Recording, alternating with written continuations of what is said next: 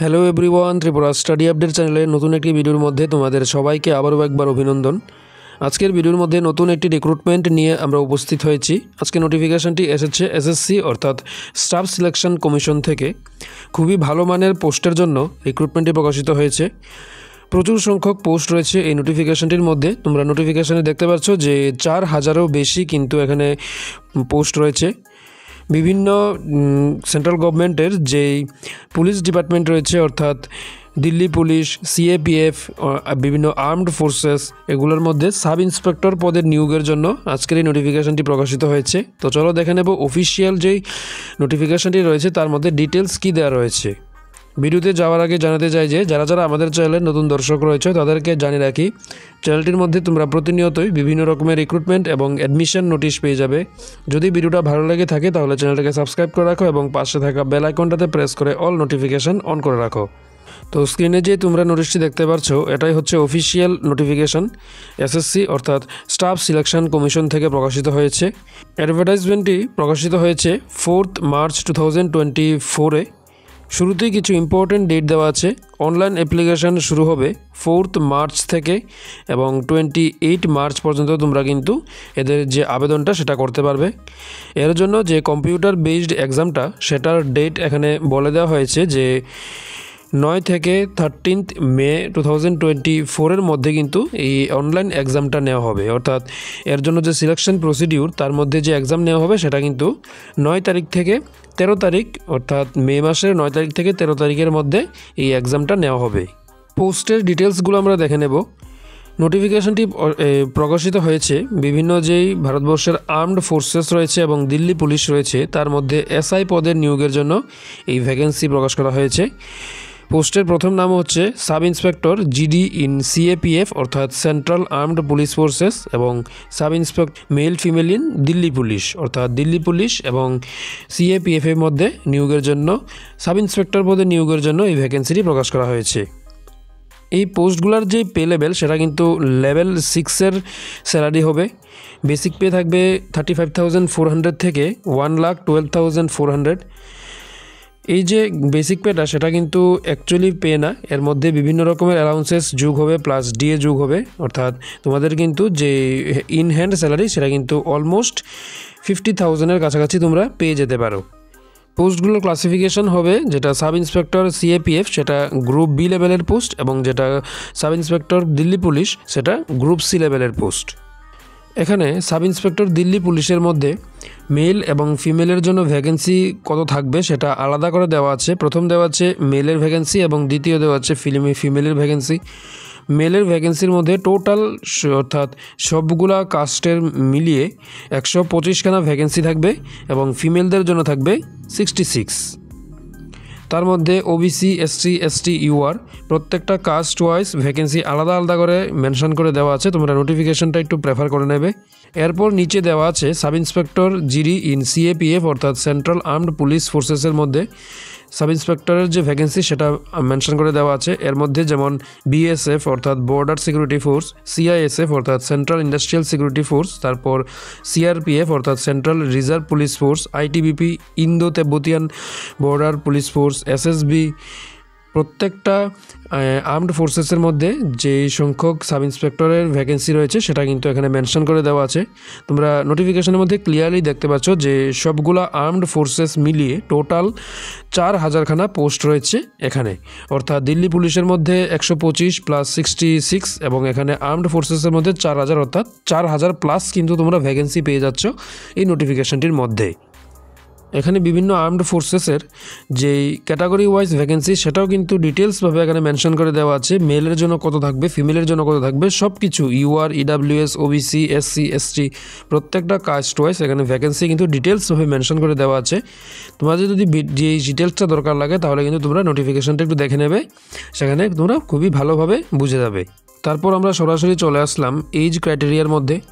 পোস্টগুলোর জন্য আবেদন করতে গেলে অবশ্যই কিন্তু 20 থেকে 25 বছর হতে হবে। অর্থাৎ এর মধ্যে যারা যে সমস্ত ক্যান্ডিডেটরা রয়েছে তারা কিন্তু এর জন্য আবেদনটা করতে পারবে।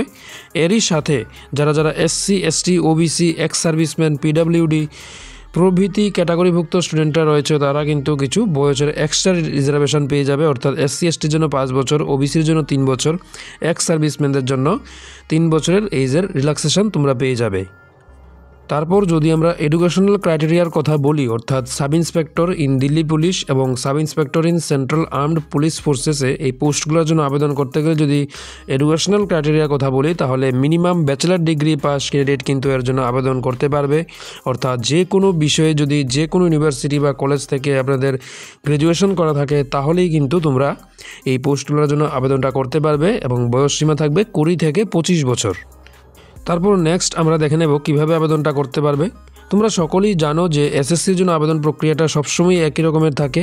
তাদের অফিসিয়াল ওয়েবসাইটে যারা ওয়ান টাইম রেজিস্ট্রেশন এখনও করনি, তোমরা তাড়াতাড়ি করে http://ssc.nic.in এই ওয়েবসাইটের মধ্যে তোমরা আবেদনটা করে নাও এবং আবেদন করার পর তোমাদের একটা অ্যাকাউন্ট ক্রিয়েট হয়ে যাবে এবং সেই অ্যাকাউন্টের মধ্যে এন্টার করে কিন্তু তোমরা এর জন্য যে ফর্ম ফিল আপটা সেটা তোমরা করতে পারবে। ফর্ম ফিল আপ করার সময় যে অ্যাপ্লিকেশন ফি সেটা 100 টাকা তোমাদেরকে পেমেন্ট করতে হবে এবং যারা এসসি এসটি পিডাব্লিউডি ক্যান্ডিডেট রয়েছে তাদেরকে কোনো রকমের অ্যাপ্লিকেশন ফি পে করতে হবে না। এরপর আমরা আরেকটা ইম্পর্ট্যান্ট পয়েন্ট আলোচনা করে নেব। যারা ত্রিপুরা থেকে এক্সাম দেবে বলে ভাবছো, তোমাদেরকে আরেকটা জিনিস জানিয়ে রাখি যে তোমরা কিন্তু ত্রিপুরার মধ্যে থেকেই সেই এক্সামটা অ্যাটেন্ড করতে পারবে।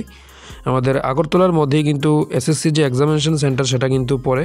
তো যারা এক্সাম দেবে তাদের ত্রিপুরার বাইরে গিয়ে এক্সাম দিতে লাগবে না, তোমরা ত্রিপুরার মধ্যে থেকেই কিন্তু এই এক্সামটা অ্যাটেন্ড করতে পারবে। তো যারা ত্রিপুরা থেকে এক্সাম দেবে তাদের জন্য খুবই একটি ভালো খবর, তোমাদের বাইরে গিয়ে কোনো রকমের এক্সাম অ্যাটেন্ড করতে হবে না। এরপর আমরা সরাসরি চলে আসলাম সিলেকশন প্রসিডিউরের মধ্যে। সিলেকশন প্রসিডিউরের মধ্যে 2টা পেপারের মেনশন করা হয়েছে, পেপার 1 এবং পেপার 2। পেপার 1 এর মধ্যে বিভিন্ন রকমের এমসিকিউ টাইপের কোশ্চেন থাকবে, টোটাল মার্ক থাকবে 200 এবং টাইম বা ডিউরেশন থাকবে 2 আওয়ার। এবং পেপার 2 এর মধ্যে ইংলিশ ল্যাঙ্গুয়েজ এবং কম্প্রিহেনশন থাকবে, তার মধ্যেও ম্যাক্সিমাম মার্ক থাকবে 200 এবং সময় থাকবে 2 আওয়ার। পেপার 1 এর মধ্যে বিভিন্ন সেকশনে সিলেবাসটাকে ভাগ করা আছে, যেমন general intelligence and reasoning, general knowledge, তারপর কোয়ান্টিটিভ অ্যাপটিটিউড এবং ইংলিশ কম্প্রিহেনশন। প্রত্যেকটা সেকশন থেকে 50 করে মার্কিং থাকবে, টোটাল 200 মার্কে কোশ্চেন হবে, টাইম দেওয়া হবে 2 ঘন্টা। এবং পেপার 2 এর মধ্যে থাকবে ইংলিশ ল্যাঙ্গুয়েজ অ্যান্ড কম্প্রিহেনশন, তার মধ্যেও 200 মার্কের কোশ্চেন থাকবে এবং টাইম দেওয়া হবে 2 ঘন্টা। তারপর এখানে পেপার 1 এর মধ্যে যে সিলেবাসগুলো রয়েছে, অর্থাৎ general intelligence, reasoning, quantitative aptitude এবং ইংলিশ ল্যাঙ্গুয়েজ, প্রত্যেকটার যে ডিটেলস সিলেবাস সেটাও কিন্তু নোটিফিকেশনটির মধ্যে মেনশন করা আছে। তোমরা যারা এক্সাম দেবে তোমরা অবশ্যই নোটিফিকেশনটা আমাদের ভিডিও ডেসক্রিপশন বক্স থেকে ডাউনলোড করে সেখান থেকে ডিটেলসভাবে সব কিছু একটু দেখে নেবে। আমরা ভিডিওর মধ্যে সব কিছু আলোচনা করতে পারি না, কেননা যদি আমরা সব কিছু আলোচনা করতে যাই তাহলে ভিডিওটা অনেকটাই বড় হয়ে যাবে। তারপর আছে যারা রিটেন টেস্ট কোয়ালিফাই করবে, তারপর তাদেরকে ফিজিক্যালের জন্য ডাকা হবে। ফিজিক্যালের মধ্যে কি ক্রাইটেরিয়া থাকবে, অর্থাৎ কতটুকু রানিং থাকবে, কতটুকু মাপটাপ থাকবে, সব কিছুই নোটিফিকেশনের মধ্যে ডিটেলসভাবে মেনশন করে দেওয়া আছে। তোমরা নোটিফিকেশনটি দেখে নেবে। এখানে মেল ক্যান্ডিডেট এবং ফিমেল ক্যান্ডিডেটের জন্য আলাদা করে মাপ থাকবে। যেমন ফিমেল ক্যান্ডিডেটের জন্য রানিং কতটা থাকবে, হাই জাম্প, লং জাম্প, তারপর শর্ট পুট। এমনি ফিমেল ক্যান্ডিডেটের জন্য রানিং কতটা থাকবে, high jump, long jump, shot put, তাদের যেই মেজারমেন্ট সেটা কিন্তু ডিফারেন্স থাকবে। তোমরা নোটিফিকেশনটির মধ্যে ডিটেলসভাবে পেয়ে যাবে। তো এটাই হচ্ছে নোটিফিকেশনটির জন্য একটা ডিটেলস ভিডিও। তোমরা যারা আবেদনটা করতে চাও তোমরা অবশ্যই এর জন্য আবেদনটা করো। শুধুমাত্র গ্র্যাজুয়েশন পাস করা থাকলেই, যে কোনো ইউনিভার্সিটি বা যে কোনো বিষয়ে যে কোনো কলেজ থেকে গ্র্যাজুয়েশন পাস করা থাকলেই তোমরা এর জন্য আবেদনটা করতে পারবে। আবেদন করতে শুধুমাত্র ইউআর ক্যান্ডিডেটের 100 রুপিস পে করতে হবে এবং এসসি এসটি ক্যান্ডিডেটরা কোনো রকমের অ্যাপ্লিকেশন ফি পে করতে হবে না। অ্যাপ্লিকেশন প্রসেস অলরেডি শুরু হয়ে গেছে 4 মার্চ থেকে 28 মার্চ পর্যন্ত তোমরা কিন্তু এই আবেদনটা করতে পারবে। তো অবশ্যই তোমরা এসএসসির যে অফিসিয়াল ওয়েবসাইট আছে সেখানে গিয়ে তাড়াতাড়ি আবেদনটা করে নাও। এই যে তোমরা কিন্তু অ্যাপ্লিকেশনের লাস্ট ডে পর্যন্ত অপেক্ষা করবে না, কেননা লাস্টের দিকে গেলে অনেকটাই অ্যাপ্লিকেশন মানুষ করতে আসে এবং তখন ওয়েবসাইট কিছুটা জাম হয়ে যায়, তোমাদের অ্যাপ্লিকেশন করতে প্রবলেম হয়ে যায়। তো যারা আবেদনটা করতে চাও তোমরা অ্যাপ্লিকেশন স্টার্টিং হওয়ার শুরুর দিকেই তোমরা তাড়াতাড়ি করে অ্যাপ্লিকেশনটা করে নাও। এরকমের বিভিন্ন রকমের রিক্রুটমেন্ট রিলেটেড নোটিশ সবার আগে জানার জন্য আমাদের এই চ্যানেলটাকে সাবস্ক্রাইব করে রাখো এবং পাশে থাকা বেল আইকনটাতে প্রেস করে অল নোটিফিকেশন অন করে রাখো এবং তোমাদের ফ্রেন্ডসদের সাথেও এটাকে শেয়ার করো।